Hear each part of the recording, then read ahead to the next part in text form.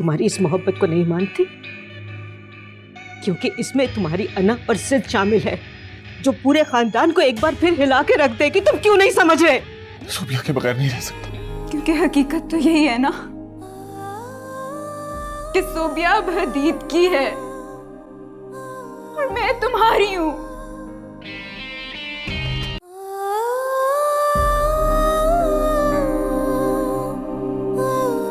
अहमद, क्या हो जाता है मुझे?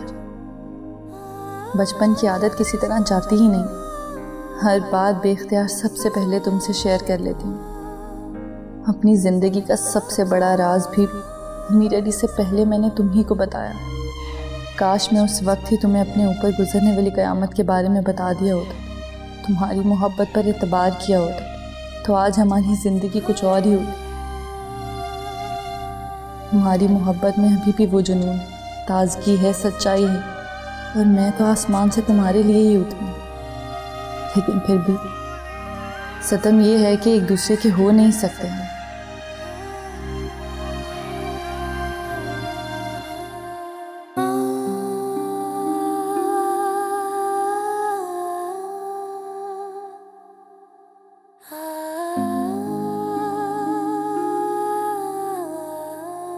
आशी, यहाँ क्यों बैठी हुई हो? अहमद नहीं आया क्या? आंटी वो अपने कमरे में है।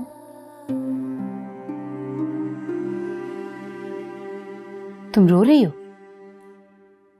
अहमद ने कुछ कहा है क्या? अभी खबर लेती हूँ मैं उसकी। नहीं नहीं आंटी प्लीज, उसका कोई फायदा नहीं। अब जितना मुझसे गुस्सा करेंगी उतना ही मुझसे खफा होता जाएगा। किसी से जबरदस्ती मजबूरी में तो मोहब्बत नहीं करवाई जा सकती ना। जबरदस्ती? कैसी जबरदस्ती? तुमसे शादी की ख्वाहिश का इजहार उसने खुद किया था। इतनी आसानी से नजरें नहीं फेर सकता वो।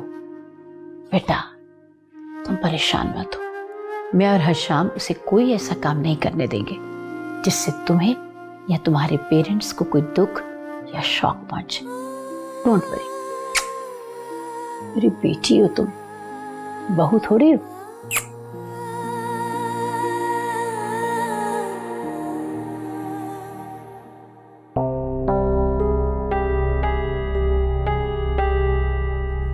अरे आप ऑफिस से आ भी गए? मैं चाय बनवाती हूँ। हाँ, ये बताओ कि सोबिया कहाँ? सोबिया अपने कमरे में है। मुझे बताएं क्या बात है? अदीद आज ऑफिस में आया था। अच्छा, आपने ज्यादा गुस्सा तो नहीं किया? ऑफिस वालों ने कुछ सुना तो नहीं?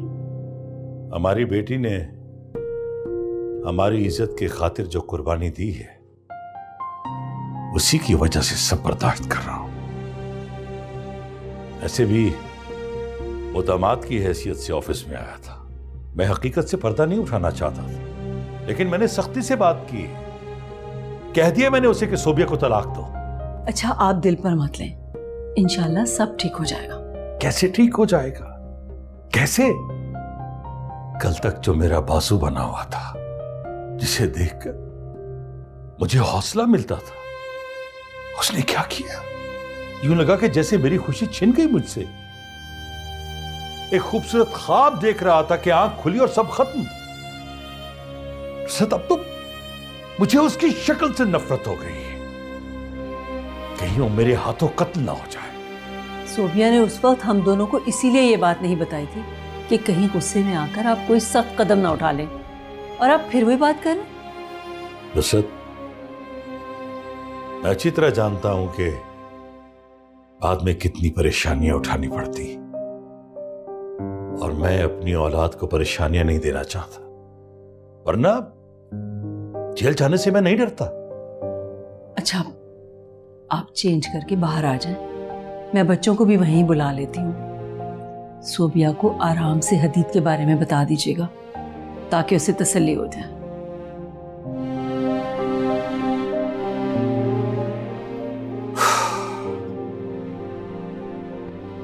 या अल्लाह, रहम कर।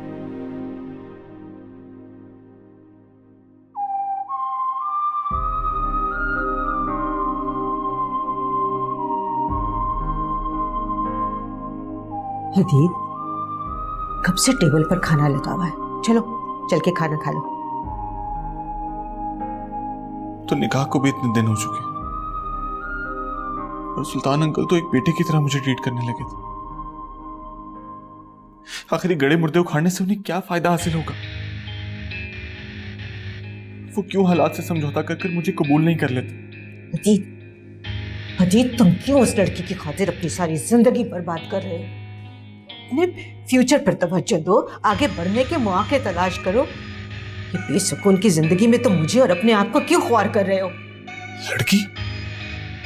वो महज एक लड़की नहीं है, बीवी है वो मेरी। अब बस, अगर उन्होंने मेरी बात सीधे तरीके से ना मानी तो मुझे दूसरा तरीका अपनाना पड़ेगा।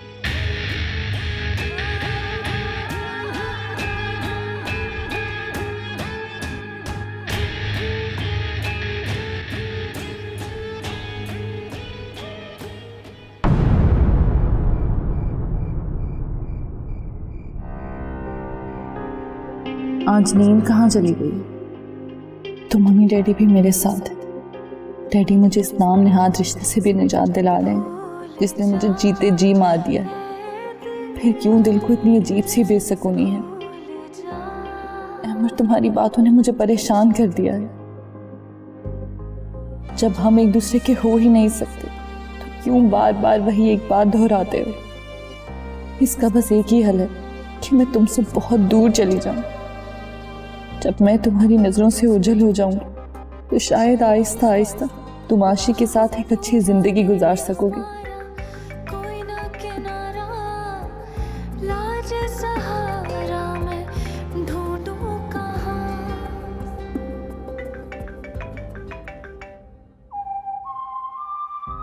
मुझे बेसुकून करके तुम कैसे चैन की नींद सो सकती हो सोफिया? ये मत भूलो कि तुम अभी भी मेरे निकाह में हो और हमेशा मेरी ही रहोगी। ये सुल्तान अंकल की भूल है कि मैं तुम्हें तलाक दे दूंगा। मेरी मोहब्बत, मेरी बर्दाश्त को ज्यादा मत आजमाओ सोफिया, वरना मेरी नफरत की इंतहा सबको जलाकर राख कर देगी। अब मैंने भी सोच लिया है कि मैं कभी हार नहीं मानूंगा, चाहे इसके लिए मुझे किसी भी हद तक जाना पड़े। मैं हार नहीं मानूंगा सोफिया। अहमद, तुम इस वक्त क्यों कॉल कर रहे हो? और आशी कहाँ है? तो तुम भी मेरी तरह जाग रही हो और यकीनन मेरे बारे में सोच रही हो। तुम्हारा दिल गवाही दे रहा होगा कि हम दोनों फिर से एक हो जाएंगे। कैसी बातें कर रहे हो अहमद? कुछ तो ख्याल करो। हमारी किस्मत में मिलना नहीं लिखा है, वरना कार्ड छप जाने के बाद हम यूं अलग ना होते। शादी के कार्ड फिर से छपेंगे सोफिया। कार्ड बनाने वाली कंपनियां बंद नहीं हो गई। कुछ तो ख्याल करो अहमद। और आशी कहाँ है? अगर उसने ये सब सुन लिया तो क्या गुजरेगी उस पर? ऑनेस्टली मुझे इसकी कोई परवाह नहीं, क्योंकि एक तरह से उसने मुझे धोखा दिया। उसने वादा किया था कि मेरी जिंदगी में आकर मेरा गम बांटेगी, मेरे दुखों को शेयर करेगी। हमारे बीच में मोहब्बत नाम की कोई चीज नहीं होगी। तो हम सेम सिचुएशन से गुजर रहे थे, इसलिए हम दोनों ने एक दूसरे का हाथ थामा था। मुझे लगा वो एक दोस्त बनकर मेरे जख्मों पे मरहम रखेगी, मगर उसने तो उल्टा मेरे जख्मों को कुरेदना शुरू कर दिया। तो क्या हुआ अहमद? अब वो बीवी है तुम्हारी।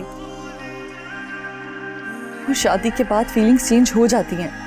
वो अच्छी तरह जानती है कि मैंने तुमसे कितनी मोहब्बत की है। और तुम्हें याद है यूनिवर्सिटी में दुआएं दिया करती थी कि हम दोनों की मोहब्बत सदा कायम रहे। आज वो दुआ बदुआ कैसे बन गई? देखो अहमद, समझने की कोशिश करो। अभी हदीद के दिए हुए शौक से डैडी संभले नहीं है। मैं उन्हें मजीद कोई धचका नहीं दे सकती हूँ, मगर इस बार वो संभल भी नहीं सकेंगे। शाम, अंकल, इशरत खाला, सब लोग मुझे ही ब्लेम करेंगे और मैं मजीद कोई बदनामी नहीं चाहती अहमद। और अपने मम्मी डैडी का सर नहीं झुका सकती मैं फिर से। तुम क्यों नहीं समझ रहे हो?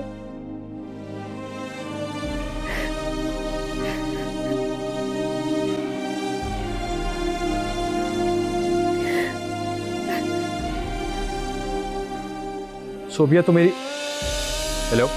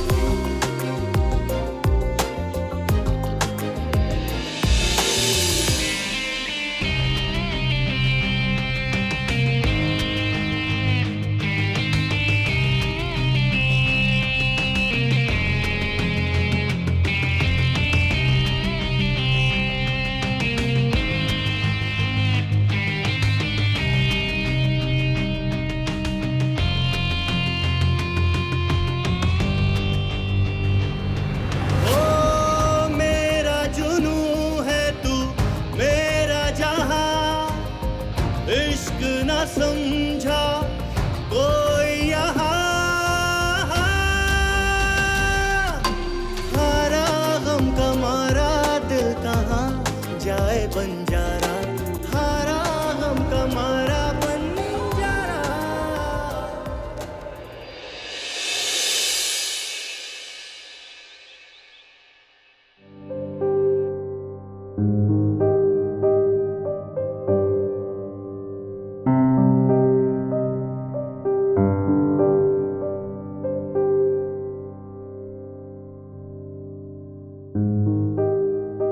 मैं पूछ सकता हूँ इस खूबसूरत चेहरे पे 12 क्यों बज रहे हैं? चले, किसी बहाने आपको मैं खूबसूरत तो नजर आई। खैर, गलत बयानी से काम ना लें। जितनी तारीफ मैं आपकी करता हूँ शायद ही कोई शौहर अपनी बीवी की इतनी तारीफें करता हूँ। शाम, मैंने आपसे कुछ डिस्कस करना है। अपने हुस्न के बारे में? मैं इतनी परेशान हूँ, आपको मजाक सूझ रहे। इशरत, सब ठीक तो है ना? नहीं, मुझे लग रहा है अहमर और आशी के दरमियान कुछ गड़बड़ है। कल मैंने आशी को रोते हुए भी देखा था। हाँ इशरत, मैं भी कुछ दिनों से नोट कर रहा हूँ कि अहमर आशी के साथ बहुत ज्यादा उखड़ा उखड़ा रहने लगा है। उसने हम लोगों के दबाव में आके शादी तो कर ली थी, लेकिन उसके चेहरे पे मैंने सच्ची खुशी बिखरी भी नहीं देखी। हमने कोई जबरदस्ती तो नहीं की थी उसके साथ। आशी उसकी पसंद है। मुझे बहुत डर लग रहा है कोई बड़ी गड़बड़ ना हो जाए। शाम, इशरत, तुम परेशान मत हो। मैं अहमर से बात करूंगा, उसे समझाऊंगा। वो एक बेकसूर, एक मासूम लड़की को वो सोबिया की बेवफाई की सजा क्यों दे रहा है?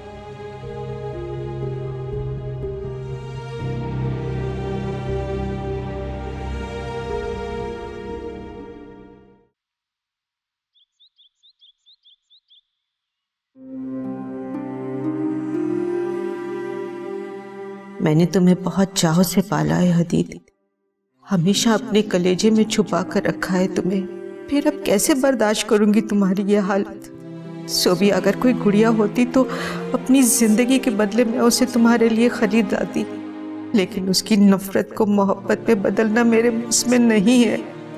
खुदा के लिए मुझ पर रहम करो। तुम शायद मेरे बेटे रहे ही नहीं। सोबिया की मोहब्बत, उसके इश्क ने तुम्हें मुझसे छीन लिया है। कहीं तुम्हारे जुनून तुम्हें कोई नुकसान न पहुंचा दे, फिर मैं क्या करूंगी?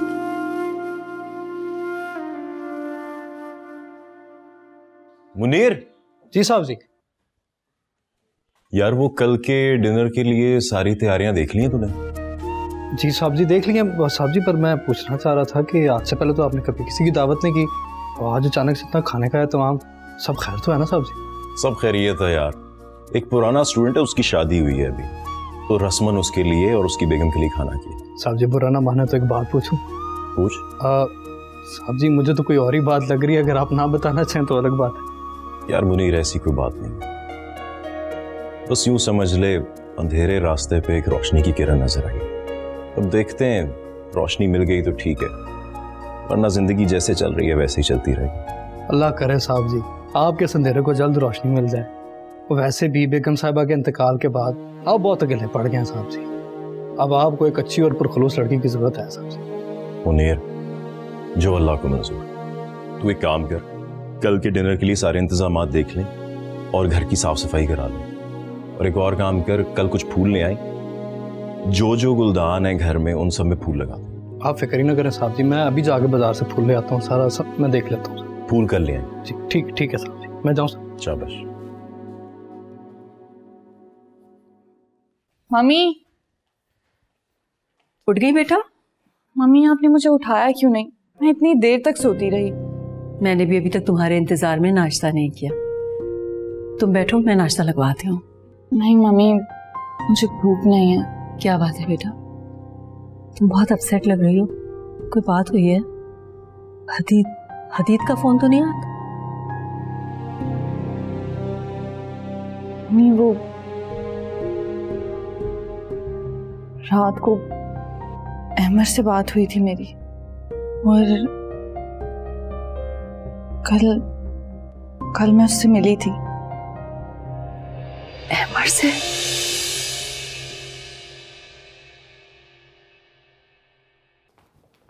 हदीद, कहाँ जा रहे हो नाश्ता किए बगैर? एक जरूरी काम से जा रहा हूँ, नाश्ते का टाइम नहीं। हदीद, अल्लाह का वास्ता है मेरा दिल मत दहलाओ। तुम तो ये कह कर चले जाओगे, फिर मुझे एक पल भी चैन नहीं आएगा। अच्छा सुनो, मैं नुसरत से बात करूंगी, उसे कायल करने की कोशिश करूंगी। देखो, जब तक तुम कोई कदम मत उठाना, ठीक है? कोई जरूरत नहीं है उनसे बात करने की, उल्टा वो आपकी इंसल्ट कर देंगे। हदीद, मुझे ट्राई तो करने दो, हो सकता है मैं उन्हें कायल कर सकूं। देखो बेटा, इस वक्त तुम बहुत जज्बाती हो रही हो, मैं तुम्हें कहीं जाने नहीं दूंगी। ठीक है, अब नुसरत आंटी से बात करें, मैं अपने कमरे में वेट कर रहा हूँ। ठीक है।